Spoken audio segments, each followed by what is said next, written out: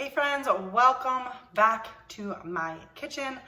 I have been cooking, we've been eating at home, but I feel like my cooking, I'm stuck in the summer rut. And I'm at the point where it's mid-August and my brain wants fall, the weather outside says summer, and I enjoy summer foods, kind of the lighter things, lots of salads, barbecue chicken, and I mean, we have central air, so I don't mind cooking in the summer. However, I don't always want to eat the other types of food. Anyways, I'm in this weird spot.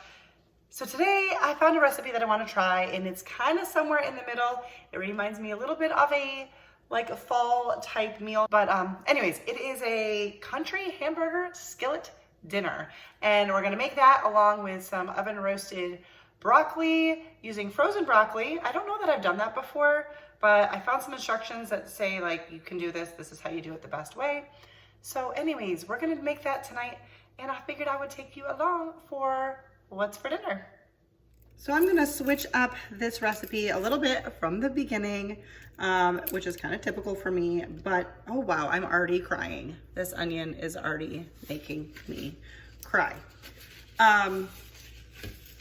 The only way that I like onion in recipes is if it's cut up really small and if it's very, very cooked. So I'm gonna put this onion in the recipe in the very beginning so that it can I just know that it's gonna be very well cooked, and I'm gonna cut them up into small pieces instead of thinly sliced like the recipe says.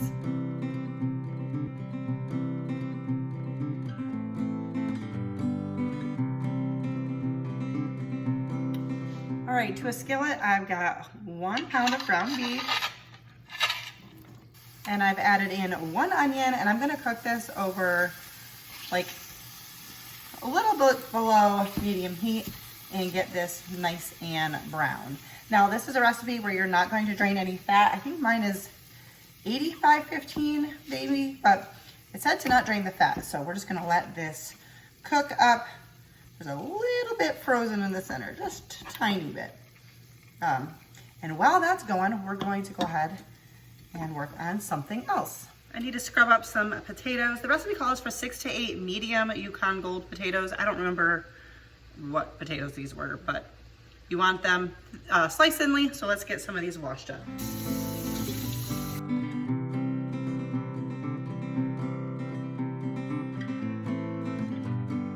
These potatoes have such thin skins, whoops.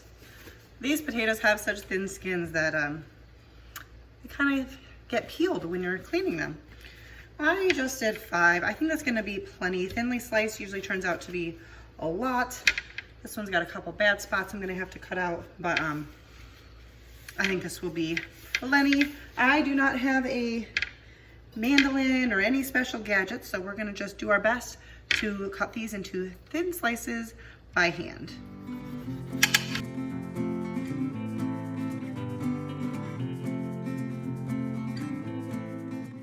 It appears as though I'm struggling with this.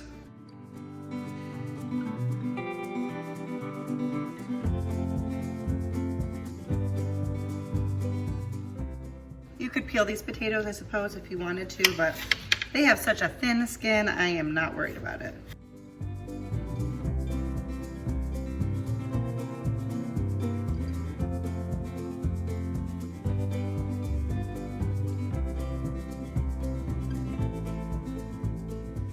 All right, time to switch to a different utensil. I lowered the heat on this because, well, it was cooking a little too quickly because I'm not quite done with the potatoes yet. We're gonna add in about a teaspoon of minced garlic, and we're gonna let the ground beef finish cooking with the garlic. All right, let's add in our potatoes. Spread these out just a little bit so we can get our seasoning on there more evenly. We're gonna sprinkle with some garlic and some salt. Well, the recipe called for garlic salt, but I don't have that. And then also black pepper, if you would like. I tend to omit that because I'm personally not a fan. We're gonna give this a toss. Oh boy. Probably good I didn't do any more potatoes because I feel like that's all that can safely fit in here.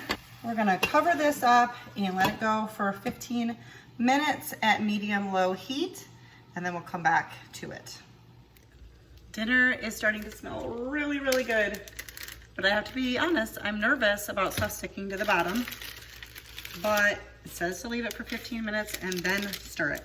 Anyways, we're gonna need some cheese for this recipe, so I'm gonna grate up, it actually says 1.5 cups grated mixed cheddar and Monterey Jack cheese, so I am gonna do a combination of them, and I'm just gonna go ahead and get that ready so that it's ready when we need it. I also have the oven preheating to 420 degrees because that is the temperature of which we will be cooking our broccoli. All right, so I can't help it. I'm smelling stuff that smells good, but you know how like sometimes food when it's could still smell good if it's getting burnt? I don't know, I'm nervous. I'm supposed to let this go for another 3 minutes, but we're gonna check on it.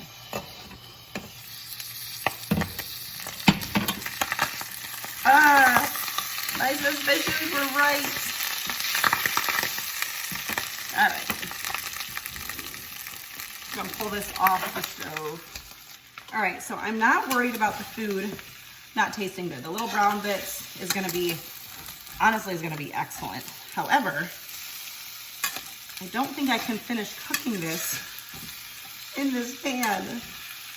I don't have another large pan. Let's see how tender the potatoes are. Okay, they're incredibly tender, which means they don't need another 15 minutes. So maybe that's the problem. Maybe there wasn't enough grease in there. Maybe there wasn't, maybe, I don't know. I mean, I'm not even at the first 15-minute mark. We're supposed to put it in for like another 15 minutes. All right, give me 1 second here. We're gonna figure something out. Okay, still smells good. I'm not worried that we've lost our dinner. I'm still actually really excited. Almost more excited now to eat it because it smells amazing. But I'm gonna grease this. I don't know if this is an 8x8 or a 9x9, but I'm gonna grease it. All right, so we're going to move this over here. I will have the original recipe linked down below. I'm not sure what changed. I don't think I did anything wrong, but we're gonna just finish it off in the oven. Like I said, the potatoes already feel tender to me. So you're supposed to cook it for another 15 minutes till the potatoes are tender and then turn off the heat and put on cheese. So here's my pan. I'm gonna get some water in that right away. Something I like to do when my pan's got some stuff stuck on it is put it back on the stovetop. The burner's off, but it's still hot. Put it on there with some water and let it just kind of warm up and cook up. And if I'm right here, I can kind of scrape it off a little bit as it's going because the heat will just kind of loosen it up. So I'll be able to get that clean. I'm not worried about that. Another tip, if you have trouble getting stuff off of pans, is use baking soda. Just a little bit. It's a nice, gentle abrasive. I didn't even finish grating the cheese, but maybe I have enough. This I actually think is a little bit of mozzarella that I just had left grated up in the fridge.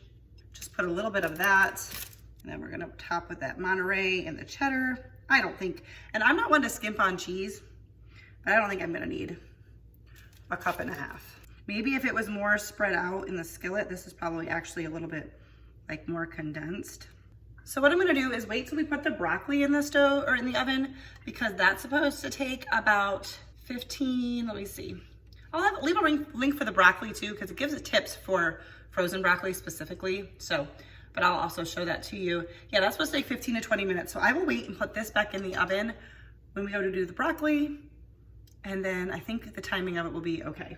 Lesson learned is go with your instincts.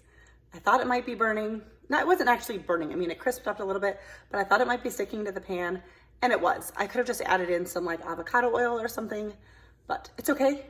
No harm done. We will still be eating this for dinner. All right, so we're gonna go ahead and get our broccoli in the oven. Got a pan with some parchment paper. I just dumped my broccoli on. The recipe instruction says that with cooking with frozen broccoli, the key is to not let it thaw at all. So I did not take it out of the freezer until just now. We're gonna spritz with oil. I'm using avocado oil because that's what I have. And we're going to sprinkle on some onion powder, garlic powder, and salt. And once again, pepper if you so choose. It says you don't have to toss this. That's why it suggests using spray versus like tossing it with oil, because it's kind of hard to do that with frozen. And then we're gonna roast in the oven at 420 for 15 to 20 minutes. It says to check to stir once or twice until the broccoli is crisp to your liking. I'm also going to throw the casserole, well, it's become a casserole. It went from a skillet meal to a casserole. We're gonna pop that in the oven as well. All right, it's been about 10 minutes, so we're just going to toss these. There's definitely still a lot of moisture. All right, pop these back in, finish them up. All right, there we have our skillet meal turned casserole. And the broccoli, it probably could go in another 5 minutes, but it tastes good and it's a good texture, so we're gonna go with it. I have to zoom in and show you, see how it got crispy on the edge with the cheese? Oh my goodness. This looks and smells delicious. I wanted to give a little update on the dinner. We have been sitting outside. We ate hours ago. We just got done watching an episode of Alone. If you don't know that show, it's on the History Channel. Don't watch it while you eat. We did not. We waited till we were done eating because there's a lot of like wilderness hunting stuff. Anyways, we brought the computer out when watching that. But I wanted to mention, to just talk about the food because it was really, really good. But I wanted Jesse to share his thoughts on it as well. It was awesome. It was very tasty. I might add a little ketchup to it next time just because it had that vibe to it for me. But standalone on its own. He added some red pepper flakes for a little spice. I told her it's almost something that you could put on like a hamburger bun or something. Like almost like a sloppy Joe. Yeah. Type of thing. It had its own. Yeah. It was fun. I've never had it before, but it was a great combo. Yeah, it was really good. Try it. Simple, but really good. And the broccoli was really good roasted like that. So it's good to know that you can roast frozen broccoli. So anyways, all right. Well, that's going to do it for today's video. If you liked it, don't forget to give it a thumbs up. Oh, it looked like a thumbs down. No, I'm trying to subscribe. Oh, subscribe. And give it a thumbs up. And I'll see you in a... Tap that bell so you can get a notification every time a new episode comes out. A new episode. I'm an episode. Don't miss an episode. Thanks so much for watching, guys. See you next time.